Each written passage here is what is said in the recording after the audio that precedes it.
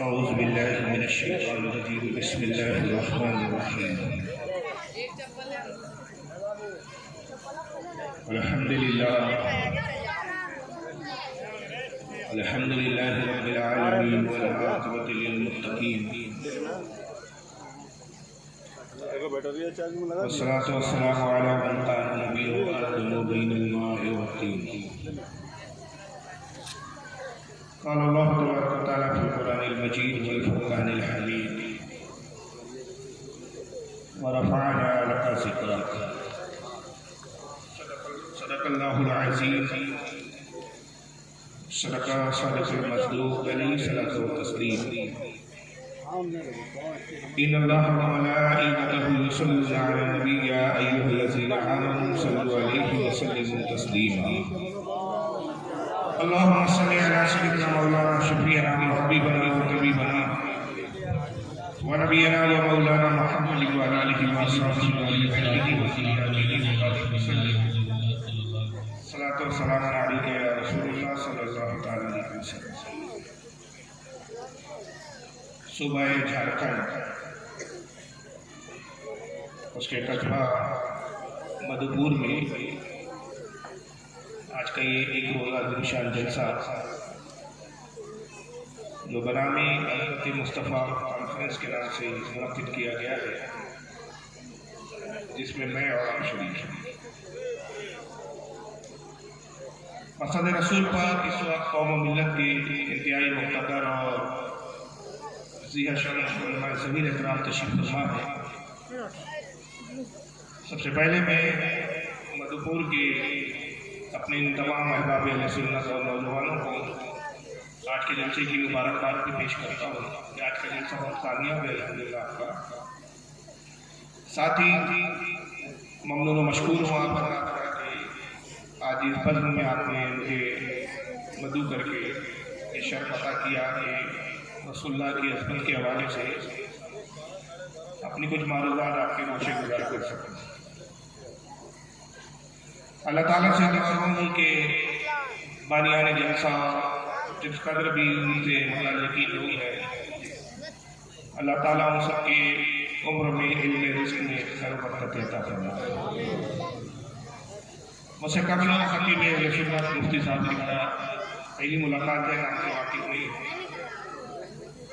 میرے خیال سے میں نے آدھا گھنٹہ ان کی گفتگو سنی ہے،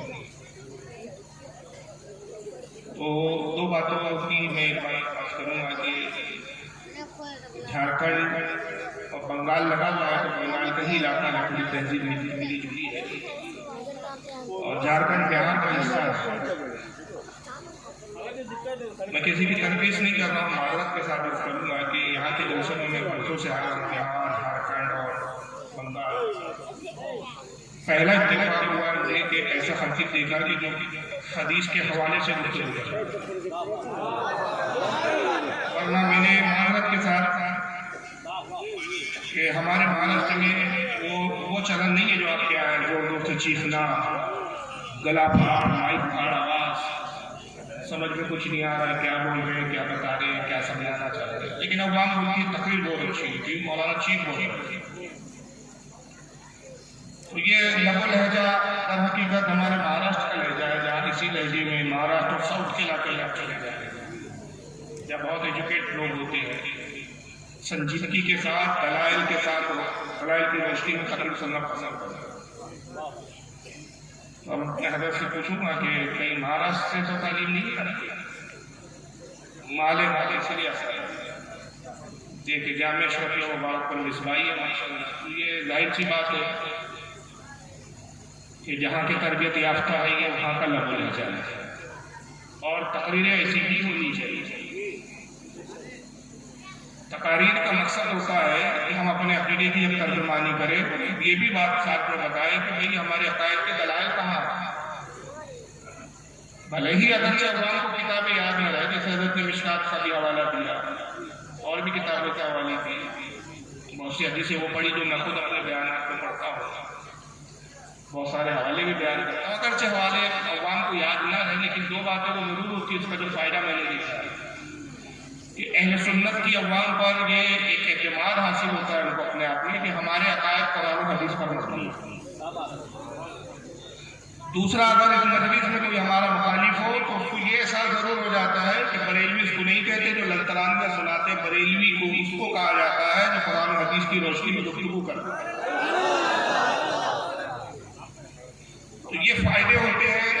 ایسی ہی تقریریں ہونی چاہیے اور ایسے ہی خطیبوں کو سراہا جانا چاہیے اور ایسے ہی خطیبوں کو بڑھاوا دینا چاہیے. یہ بات عقائد کی روشنی میں، دلائل کی روشنی میں لوگوں تک پہنچے. اللہ تعالیٰ مفتی صاحب کی عمر میں برکت عطا فرمائے، مزید زور بیانی عطا فرمائے اور حضرت کو بہت ترقی عطا فرمائے. میں دل سے دعا کرتا ہوں.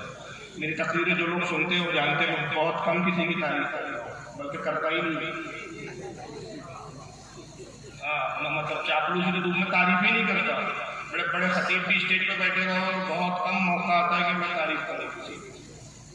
تو میں جلدی متاثر نہیں ہوتا، بہت تنقیدی نگاہ رکھتا ہوں. میری فطرت ہے، میں مجبور ہوں اپنی فطرت. لیکن بہرحال مفتی صاحب کی آدھے گھنٹے کی گفتگو سے ہی میں بہت متاثر ہوا. تو یقیناً پوری گفتگو اسی نہج پر چل رہی ہے. وقت کافی ہو گیا ہے، 12 بج رہے ہیں اس وقت میری گھڑی میں. زیادہ وقت نہیں لوں گا. چند باتیں ویڈیو کے ذریعے کچھ عقائد ان کے دکھا کر اور پھر اس کے جوابات میں جو ان کے اعتراضات ہیں ہمارے کیا عقائد اور کن دلائل پر مبنی ہے اسی پر میں گفتگو کروں گا. موضوع عظمت مصطفیٰ ہے تو بہت زبردست موضوع ہے. یہ بہت اچھا عنوان ہے، اس پر کہنے کا بہت دل چاہتا ہے. لیکن جب لیپ ٹاپ والا پروگرام ہوتا ہے تو میں کچھ ویڈیوز کے تحت بن جاتا ہوں. میدان میرے لیے زیادہ کھلا نہیں ہوتا. لیکن میں تمیری طور پر یہ عرض کروں کہ نبی پاک صلی اللہ تعالی وسلم کی جو عظمت بارگاہ رب العزت میں ہو کسی پیغمبر کی نہیں. کائنات میں کسی کی عظمت کسی سے اتنی محبت پروردگار کو نہیں ہے جتنی اپنے حبیب محمد صلی اللہ علیہ وسلم. شعراء نے عظمت مصطفیٰ، فضائل مصطفیٰ، مناقب مصطفیٰ پر کتابیں کی کتابیں لکھی، جلدوں کی جلدیں لکھی. قلم خشک ہو گئے، قلم کی سیاہی روشنائی ختم ہو گئی، کرتاس کم پڑ گئے، لیکن مصطفیٰ صلی اللہ علیہ وسلم کی تعریف کا الباب بھی مکمل نہیں. شاہ عبداللہ موتی سے دہلوی رحمۃ اللہ تعالیٰ علیہ مدارج النبوت میں فرماتے ہیں، اس کی جلد نمبر 1 ہے کہ اگر تمام زمین کو کاغذ بنا دیا جائے، حالانکہ یہ تعریف اللہ نے قرآن میں اپنے لیے بھی بیان فرمائی ہے، لیکن شاہ عبداللہ فرماتے ہیں کہ بہت سے اوصاف وہ ہیں یا بہت سی صفتیں وہ ہیں جو حضور کو اللہ نے عطا فرمائی اپنے حبیب. جیسے رؤوف اللہ کی صفت ہے مگر اپنے حبیب کو بھی رؤوف فرمایا.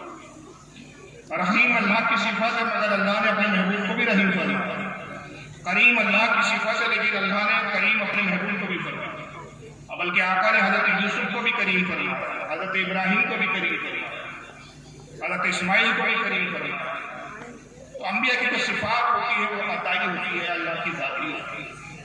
تو یہاں اللہ کی جو صفات ہے جس میں قرآن میں ذکر ہے، یہی تعریف شاہ عبداللہ اپنے رسول اللہ کے لیے کی عطائی صفات کی طرف اشارہ ہے.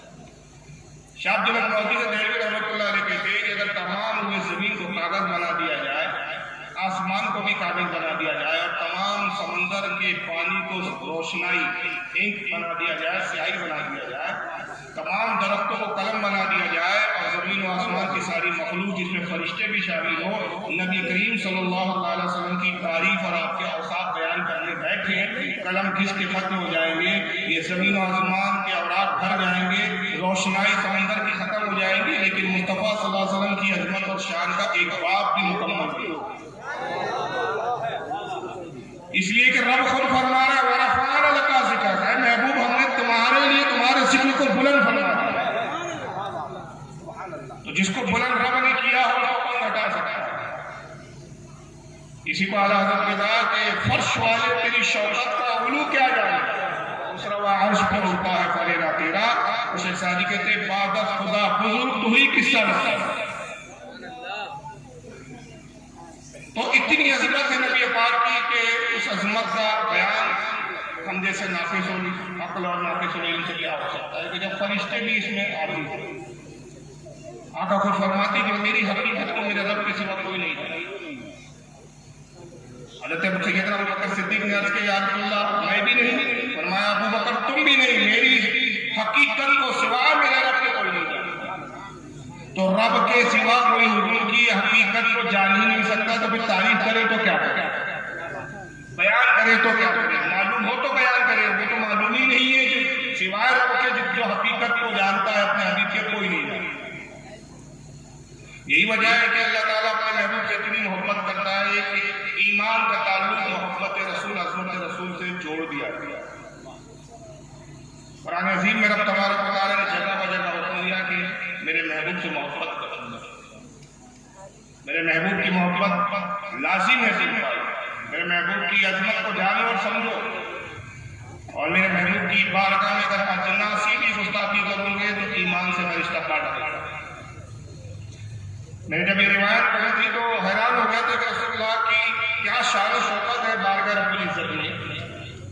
امام جلال الدین سیوطی رحمۃ اللہ تعالیٰ نے الخصائص الکبریٰ میں فرماتے ہیں، حدیث قدسی ہے کہ رب فرماتا ہے کہ میرے حبیب میں تجھ سے اتنی محبت کرتا ہوں اگر میری شان میں کوئی گستاخی کرے، اللہ کی بھی گستاخی کرے، سب سے بڑے گستاخ تو مشرکین ہیں کہ ایک خدا کو چھوڑ کر دوسرے باطل آنے معبود کی عبادت کرتے، پتھروں کو پوچھتے، درختوں کو پوچھتے، کیڑے مکوڑوں کو پوچھتے، تو گویا ایک طرح سے رب کی توہین ہے کہ عبادت کے لائق اللہ ہے جس نے پیدا کیا، جو خالق و مالک ہے، جو رزاق ہے، جو رزق دیتا ہے، اسے چھوڑ کر اپنے ہاتھوں کے معبودوں کو پوجنا یہ رب کی ایک طرح سے توہین ہے۔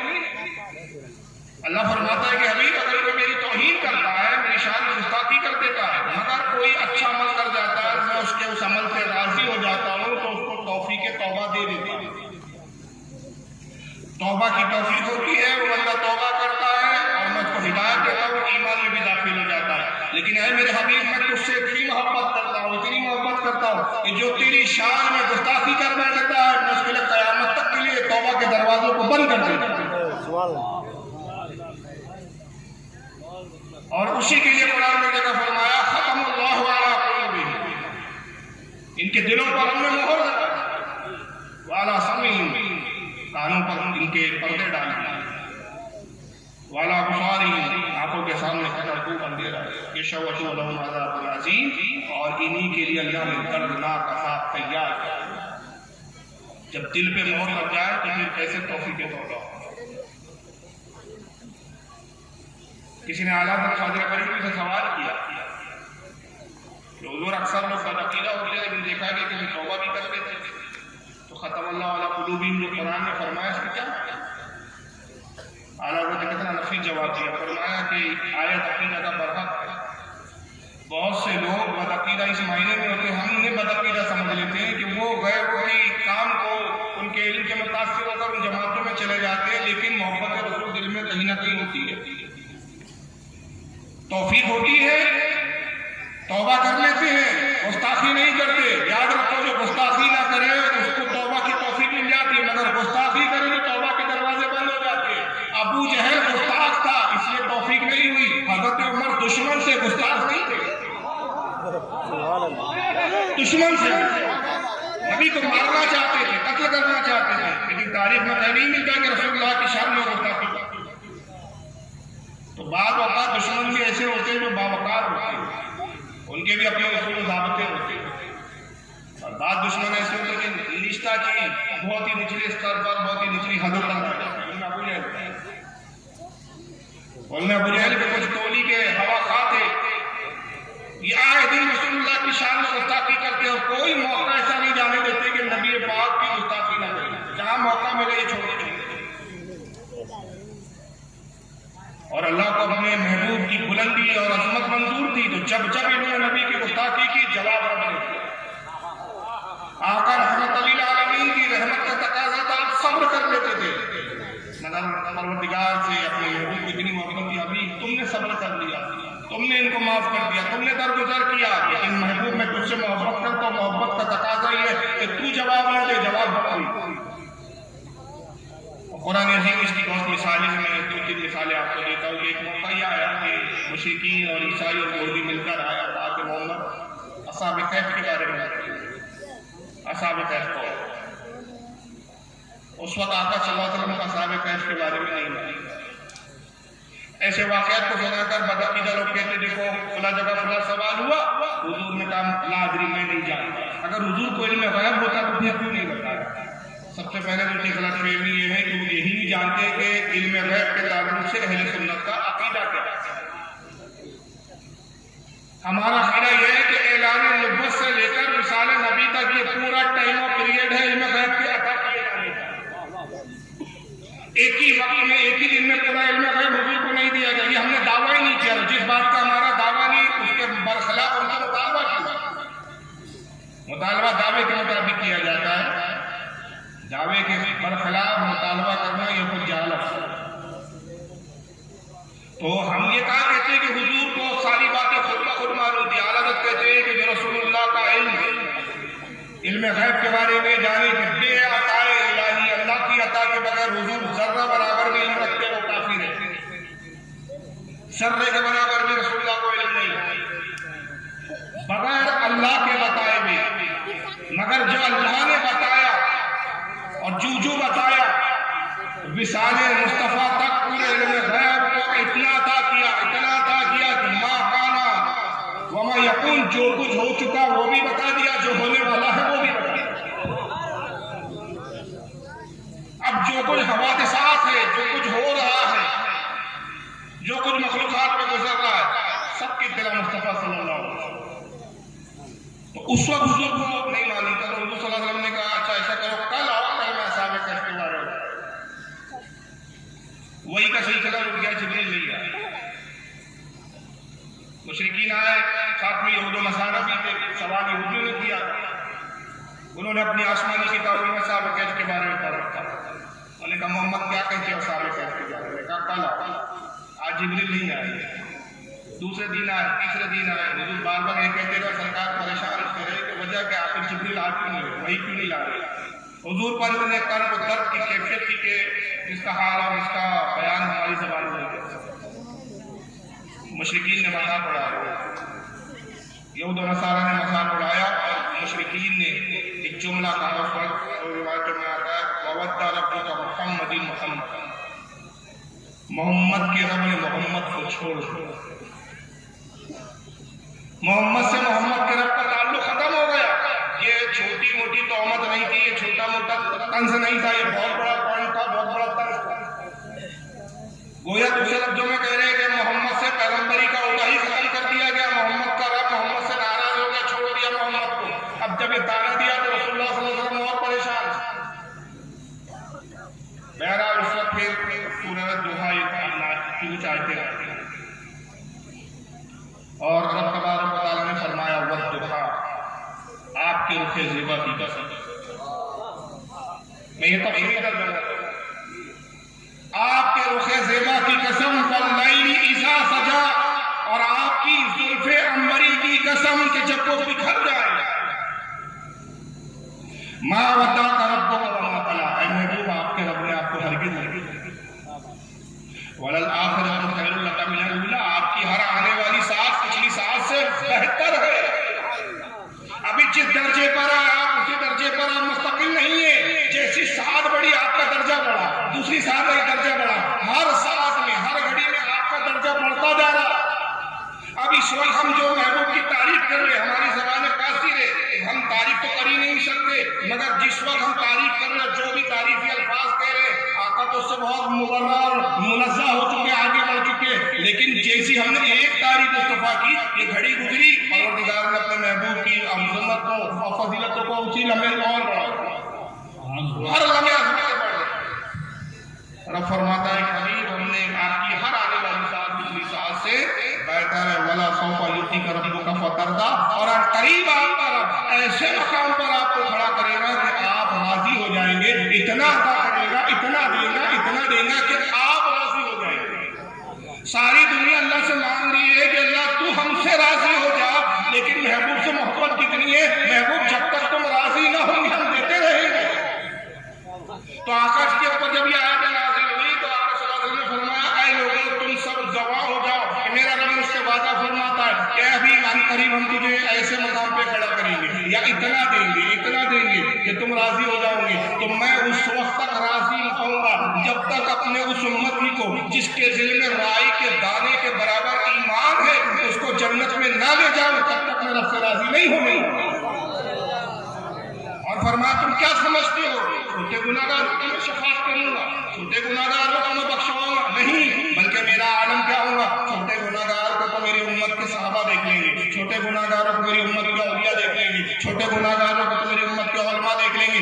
میری شفاعت کا حال کیا ہوگا، شفاعت امت الیہ الکبائر، میری شفاعت میری امت کے بڑے بڑے گناہگاروں کے لیے ہوگی، سبحان اللہ، بڑے بڑے گناہگاروں کو میں بخشوں گا۔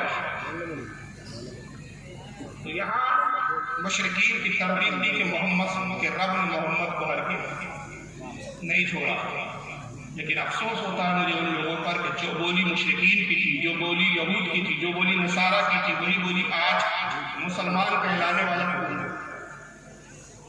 میں ایک شخص کو آپ کے سامنے دکھا رہا ہوں، یہ آپ لوگ متعارف نہیں ان کے کیونکہ یہ عرب کی دنیا کے رہنے والے صاحب ہیں، اور نام بھی ایسا ہے فرقہ اہل حدیث، نام نہاد غیر مقلدین فرقے سے تعلق رکھتے ہیں، نام سن کر بھی آپ چوک جائیں گے۔ نام ہے ان کا ڈاکٹر بلال فلپس۔ بلال تو سمجھ میں آتا ہے یہ فلپس پتہ نہیں کون سی کمپنی کا پروڈکٹ ہے،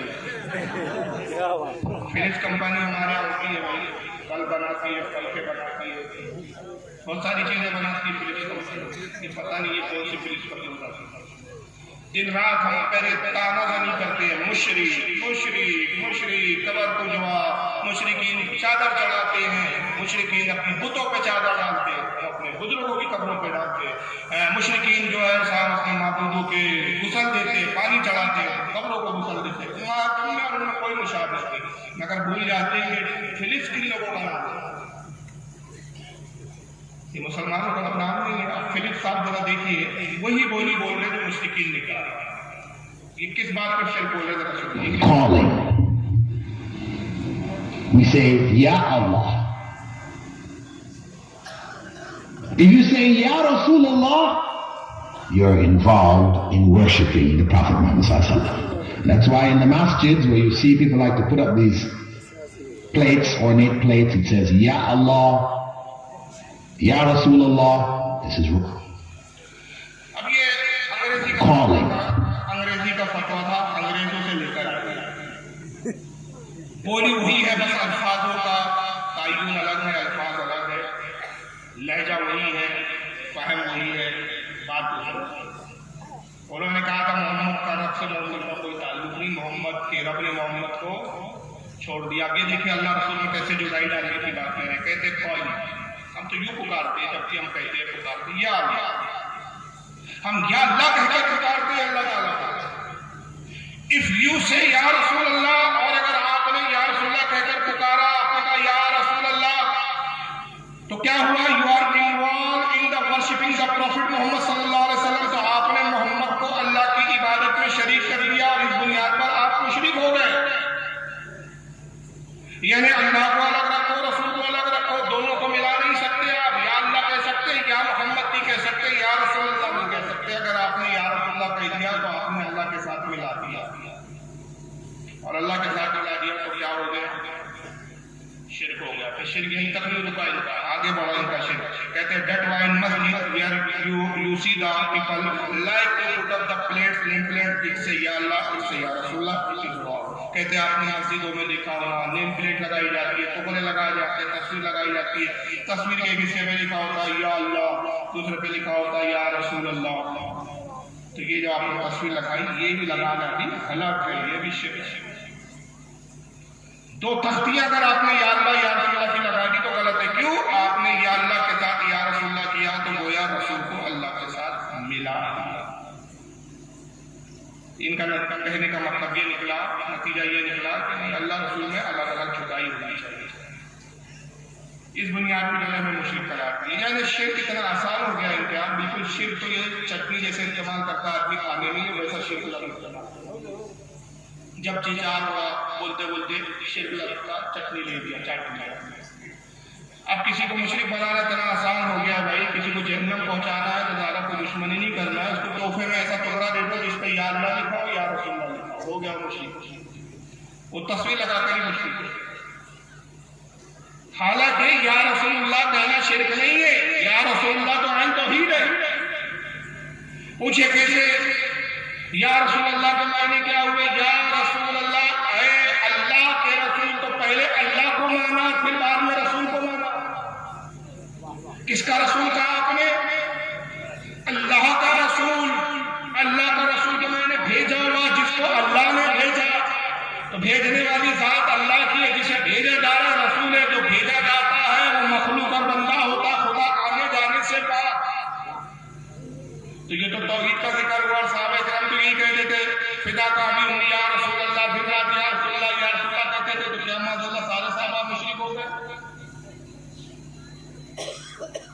اور اس بات کو کہتے ہوئے ایک لمحہ بھی انہوں نے نہیں سوچا کہ میں اتنی بڑی بیوقوفانہ بات بول رہا ہوں کہ اللہ رسول کو جدا جدا رکھو، ملا نہیں سکتے آپ نام کو، ورنہ شرک ہو جائے گا، ورنہ اللہ کی عبادت میں شریک کرنا ہو جائے گا نبی پاک صلی اللہ علیہ وسلم کو. یہ سوچا نہیں انہوں نے، بنا سوچے سمجھے یہ فتویٰ دے دیا. میں آپ سے ایک سوال کرتا ہوں، اس سوال کا جواب ہی اس کا جواب دوں گا. ایک غیر مسلم آپ کے پاس آتا ہے اور کہتا ہے میں مسلمان ہونا چاہتا ہوں. سب سے پہلا کام آپ کیا کریں؟ بولیے ارے بولیے بھائی، ابھی میں سمجھ میں آ رہی ہے کہ میری تقریر. کلمہ پڑھنا، ماشاء اللہ کلمہ پڑھنا. اور اس تعلق سے ایک مسئلہ بھی سن لیجیے، بڑا نازک مسئلہ ہے. فقہاء کرام فرماتے ہیں کہ ایک غیر مسلم کسی مسلمان کے پاس آیا اور کہا میں مسلمان ہونا چاہتا ہوں، مجھے مسلمان بننے کا کوئی طریقہ بتائیے. تو حکم یہ ہے کہ فوراً کلمہ پڑھا کے اس کو پہلے اسلام میں داخل کر دیا. ہر مسلمان کم از کم اتنا تو جانتا ہے کہ کلمہ کیا ہے. کیا ہے کلمہ؟ لا الہ الا اللہ محمد رسول اللہ. یہ پڑھا دے. اگر نعوذ باللہ استغفر اللہ کسی نے تاخیر کیوں کہ ایسا کرو میاں غسل کر کر آؤ، کپڑے پہن کر آؤ، میں آپ کو مولانا کے پاس لے کے چلتا ہوں، مولانا کلمہ پڑھائیں گے. فقہاء کہتے ہیں جس نے یہ کہا، جس نے اس کو غسل کے لیے بھیجا یا توقف کیا، تاخیر کیا، وہ خود کافر ہے، وہ مسلمان کافر ہے. کیوں؟ دو وجہ ہے کہ اس نے اس کو پاک میں آنے کے لیے کہا، یا اس کو ٹال دیا، یا اس نے کہا کہ غسل کر کے آؤ، مولانا کے پاس لے جاتا ہوں، خدا نہ خاص طور درمیان میں اس کا انتقال ہو گیا تو اس کا کفر کا ذمہ دار وہ شخص ہے. دوسری وجہ یہ بیان کی کہ جتنی دیر وہ غسل کرے گا، جتنی دیر کپڑے تبدیل کرے گا، جتنی دیر میں آئے گا جائے گا، تو یہ جو لمحات اس کے کفر میں گزر رہے ہیں، گویا اس لمحات اس کے کفر سے وہ راضی رہا.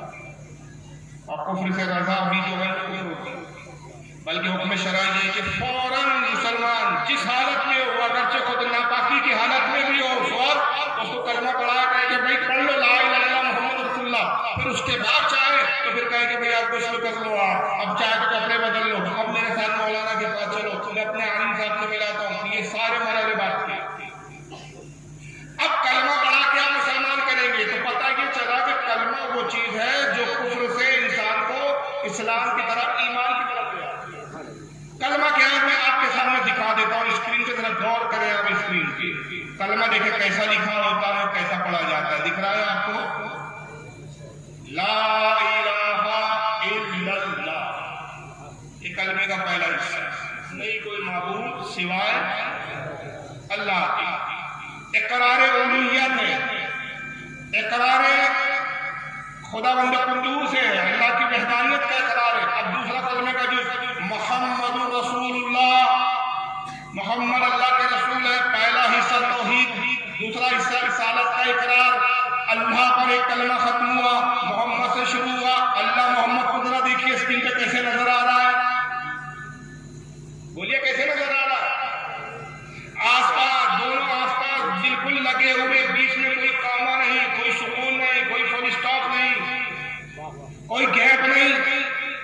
کلمہ ایمان میں داخل کر رہا ہے، اس کلمے میں اللہ نے اپنے نام کے ساتھ اپنے محبوب کے نام کو جدا نہ کیا تو یہ پاکھنڈی قوم کو تختیوں میں جدا کر رہا ہے سبحان اللہ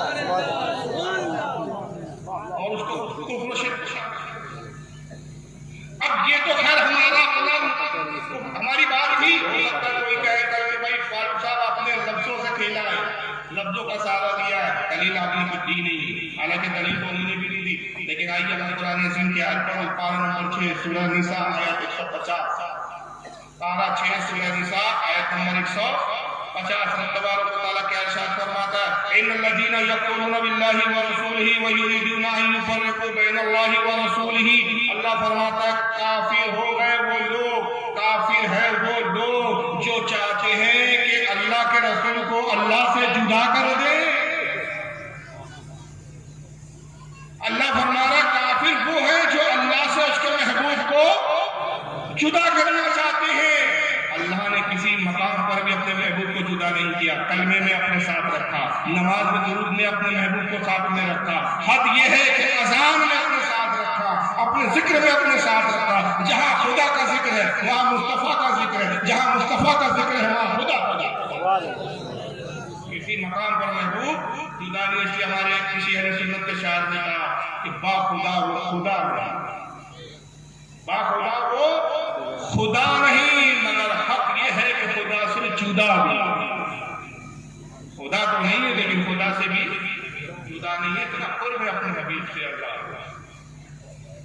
تو یہاں پر ایک بات دیکھتے چلے کہ جب رسول اللہ پر یہ اعتراض ہوا کہ محمد کے رب نے محمد کو چھوڑ دیا، جواب رسول اللہ نے نہیں دیا، صفائی رسول نے نہیں دی، بلکہ اللہ تعالیٰ نے آیتوں کو نازل کیا، سورت کو نازل کیا کہ حبیب ہم نے آپ کو کبھی چھوڑا ہی نہیں، نہ آپ کو مکروہ جانا نہ آپ کو برا جانا۔ پھر اپنے حبیب کی زلفوں کی قسم کو یاد کیا، اپنے نبی کے چہرے زیبا کا ذکر کیا اور فرمایا کہ آپ کی ہر آنے والی ساتھ بلند ہے، جس کی ساتھ سے بلند ہو اس کا رب اس پر مہربان ہے، اس کو کیسے چھوڑ سکتے۔ اسی طرح ایک مرتبہ ابو جہل، عتبہ، شیبہ سب بیٹھے ہوئے، سرکار کی عادت کریمہ تھی، عرب میں سالانہ ایک میلہ لگا مکہ میں، اعتراف کے سارے قبائل کے لوگ اس میلے میں جمع ہوتے، بڑی بھیڑ ہوتی، تو نبی کریم صلی اللہ علیہ وسلم کو بڑا اچھا موقع ملتا تھا حضور کو کہ ایک بڑی تعداد ایک ساتھ مل جاتی تھی، آپ اجماعی طور پر مجموعی طور پر سب پہ تبلیغ فرماتے تھے، اللہ کی طرف دعوت دیتے تھے۔ تو اس بنیاد پر آس پاس کے جو قبائل آتے تھے، مختلف علاقوں سے جو لوگ اس میلے میں شرکت کرتے تھے، خانہ کعبہ کے آس پاس میلہ بنتا تھا، بتوں کی زیارت کے لیے وہ آتے تھے مشرکین، تو جب جاتے تو اس میں بڑی تعداد جو ایمان والوں کی ہوتی، ایمان لے کر ساتھ میں جاتے، آتے کفر کی حالت میں، جب لوٹتے تو ایمان کی حالت۔ ابو جہل، عتبہ، شیبہ، ولید ابن مغیرہ، یہ صاحب جتنے حوالی موالی مشرکین کے سردار، پھٹے ہوئے پکے مشرک کے پکے کافر تھے، یہ بڑے پریشان ہوتے تھے کہ محمد کو روکے وہ کیسے صلی اللہ علیہ وسلم۔ میلہ آنے والا تھا، ابو جہل نے میٹنگ بلائی، دارالندوہ ان کا ایک ادارہ تھا، ایک مکان تھا جہاں مشورے کے لیے جمع ہو۔ ابو جہل نے کہا کہ میں مشورے کے لیے بلایا ہوں کہ محمد کے میلے میں آئیں گے، آنے کے بعد محمد تبلیغ کریں گے، اللہ کی طرف بلائیں گے، لوگ تقریر سنیں گے محمد کی اور ہمارے معبودوں کو چھوڑ کر محمد کے رب پر ایمان لے آئیں گے۔ کوئی ایسی تدبیر بتاؤ کہ کیسے لوگوں کو محمد سے روکا جائے۔ ایک شخص نے کہا کہ میرا خیال یہ ہے کہ ہم اعلان کریں، لوگوں کے ذہن میں یہ ڈالیں کہ لوگوں سے مل کر یہ بتائیں کہ محمد کی نہ بات سننا نہ محمد سے ملاقات کرنا، سے کہ محمد جادوگر ہے۔ محمد کیا ہے؟ جادوگر ہے۔ ابو جہل نے اس بات کو ٹھکرا دیا، کہا نہیں، یہ بات ہماری جھوٹی نظر آ رہی ہے، وجہ یہ ہے کہ جادوگر بڑے گندے ہوتے ہیں لیکن محمد تو بڑے صاف ستھرے ہوتے ہیں، بڑے پاکیزہ ہوتے ہیں، ان کے چہرے کا نور بتاتا ہے کہ وہ جادوگر ہے ہی نہیں۔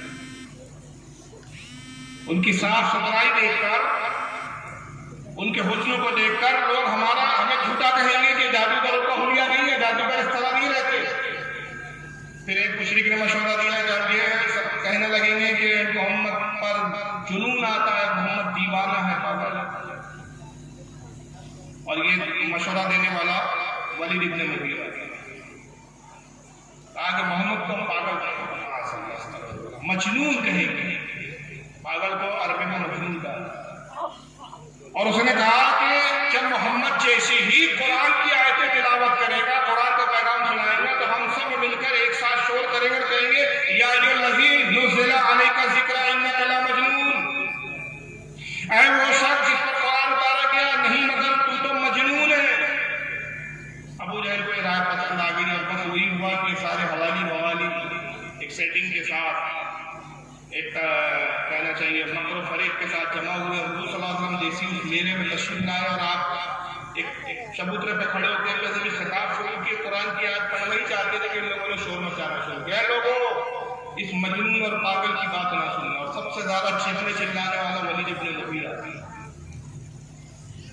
دیکھیں نبی پاک صلی اللہ علیہ وسلم کی عظمت پر داغ لگانے کی کوشش کی جا رہی ہے۔ چاہتے تو رسول اللہ جواب دے سکتے تھے کہ میں مجنون نہیں ہوں، تم چاہو تو مجھ سے گفتگو کر لو، میرا امتحان لے لو، لیکن آقا نے جواب نہیں دیا۔ لیکن یہ ضرور ہوا کہ حضور کے قلب کو بڑی تکلیف ہوئی، آپ کو دکھ ہوا، چنانچہ آپ خاموشی کے ساتھ وہاں سے تشریف لاتے اپنے گھر کی طرف، اور افسردہ حالت میں بیٹھے ہوئے حضرت خدیجہ پوچھتی ہے کہ یا رسول اللہ کیا ہوا؟ کہا کہ مجھے مجنون قرار دیا، مجھے پاگل قرار دیا۔ قرآن عظیم کی آیتیں نازل ہوتی ہے سورہ فلق 12-29، اور مسلسل آیتیں آتی ہیں پھر جس میں اللہ تعالیٰ فرماتا ہے نون والقلم ما یسطرون، قلم اور اس کے لکھے کی قسم، وما انت بنعمت ربک بمجنون۔ اے حبیب آپ اپنے رب کے فضل سے ہرگز مجنون اور پاگل نہیں۔ الزام مشرکین رسول پہ لگا رہے، جواب پروردگار عالم دے رہا ہے۔ حبیب کو اپنے محبوب کی ذرہ برابر بھی گستاخی برداشت نہیں، اور پھر پوری آیتیں نازل ہوئی۔ اللہ نے اپنے حبیب کی تعریف بیان کی، فرمایا وَإِنَّ لَكَ لَأَجْرًا غَيْرَ مَمْنُونٍ، اور بے شک آپ کے لیے بے انتہا ثواب ہے۔ وَإِنَّكَ لَعَلَىٰ خُلُقٍ عَظِيمٍ، اے محبوب آپ کی خوبو، آپ کی سیرت، آپ کا اخلاق، آپ کا کردار بہت عظیم ہے، بہت بہتر ہے، آپ ہرگز مجنون نہیں ہے۔ یہاں تک کہ اللہ نے پھر تعریفیں کی، اور آیت نمبر 10 سے لے کر 14 تک پھر ولید ابن مغیرہ کی خبر لی کہ تو نے ہمارے نبی کو مجنون کہا، اب تیرے راز کھولتے جو چھپا کے رکھے تھے ہم نے، وہ راز جس میں سے کچھ سے تو واقف ہے، اور کچھ راز ہوئے جو تو بھی نہیں جانتا۔ اللہ نے فرمایا حبیب یہ آپ کو کیا مجنون کہتا ہے؟ اس کے اندر تو بڑے عیب ہے، ایک ہے یہ کہ بڑی قسمیں کھانے والا ہے، چھوٹی قسمیں بڑھ چڑھ کے قسمیں کھا کے بات کرتا ہے۔ دوسرا بتایا گیا کہ انتہائی ذلیل فطرت کا آدمی ہے۔ تیسرا بتایا گیا کہ بہت بڑا تانے باز ہے، تانے دیتا ہے لوگوں کو، جب گفتگو کرتا ہے تانے میں دیتا ہے۔ چوتھا اعتراض یہ بتایا گیا اس کا ہے ادھر ادھر کی لگاتا ہے، ادھر کی ادھر مخبریاں کرتا پھرتا ہے۔ پانچواں بتایا کہ لوگوں کو بھلائی سے روکتا ہے۔ چھٹا بتایا حد سے زیادہ بڑھنے والا ہے، حد سے تجاوز کرتا ہے۔ ساتواں بتایا گیا کہ بہت بڑا گناہگار ہے، دن رات